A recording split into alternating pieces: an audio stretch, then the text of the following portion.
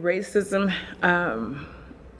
is not liking someone because they have different attributes from you, but I think it combines power. There's a sense of power that goes with racism. People want to feel like they can exert power over certain people. When I was dating my wife, she's from Wheeler, Texas, and one day we went out to her grandfather's land and we were riding four-wheelers. We went down to the creek and her father wanted to show me something, so I was like, okay, I followed him. And we came up on a guy and he has a rifle. And I said, I'm sorry, we didn't know you were back here. We're getting out your way. And as soon as I say that to him, he looks at me and he begins to raise the rifle. And when he begins to raise the rifle, I look at him and I'm like, is this guy really doing this? And I hit the gas of my four-wheeler and I get out of there. As soon as I hit the gas, pow! It hit the back wheel instead of hitting my leg. And I got to the top and reality just hit me. Like, I was almost shot and killed. Because? Because of being a Black American in the country and having somebody who I guess didn't believe I belonged there. What does racism look like to you? Oh my goodness. I can feel it if I would let myself, but I know better because I know that racism, it doesn't bother me because I know I'm the same as they are, just a different color. And I'm proud of my color. Let me put that in because that's very important to me. I wouldn't change it for nothing in the world. But that racism is something that you can feel when you know that somebody don't want you where they are. It was the summer of 62. No, it's 61. My sister, Carol, was sick.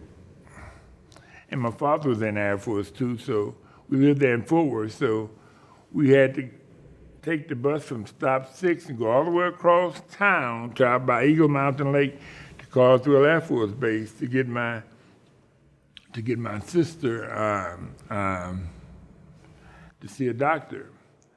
And you had to change bus 3 times. My sister was running a temperature, and there was this juke joint or cafe there on the corner. My mother went around to the back door. The guy, I don't know if he was the owner or cook or whatever, come to the door and, what do you want? And she said, sir, can I have a glass of water? My daughter's sick and I need to give her some water to take her medicine. And he said, well, we don't serve y'all here. And she said, I'm not asking to be served, sir. I just need a glass of water to give my daughter so she can take her medicine. I can't do that. I told her we don't serve y'all, so you need to go on about your business. She said, sir, I'll pay for the glass. I'll even pay for the water. I just have to give her medication. And he cursed out and said, if you don't get away from here, I'm going to call the police. So my mother, stepped down, and the only other place we could get a drink of water from my sister was in the colored section of the Greyhound bus station. So we had to walk about 5 blocks to get my sister a glass of water. Well, to drink out of the colored water fountain in the colored side of the colored section of the Greyhound bus station. And then we had to walk back to the bus stop. And the bus had come and left, and we had to wait another hour before we could get on the bus to go home. My sister and I were walking through the Walmart on Tascosa Road. We were walking through the parking lot, and there was a man who was outside, and he saw us, and he just started screaming the N-word, and he started screaming about how much he hated us, and he screamed that he was going to kill us. And I think it was probably one of the most terrifying moments of my life. We just didn't understand because we hadn't done anything. We didn't know this man. We were both just walking through the parking lot. I think there are two kinds of racism. I mean, there's the blatant in your face, calling you names and you know what I mean? And then there's the ones that just want to act like you don't exist or that you're not on the same level. And I think that one hurts the most. It's fine if you want to call me names or, you know, things like that, say ugly things, but to treat me like I didn't go to school or that I don't, you know, haven't worked somewhere 17 years, that's the difficult part because I know how hard I work.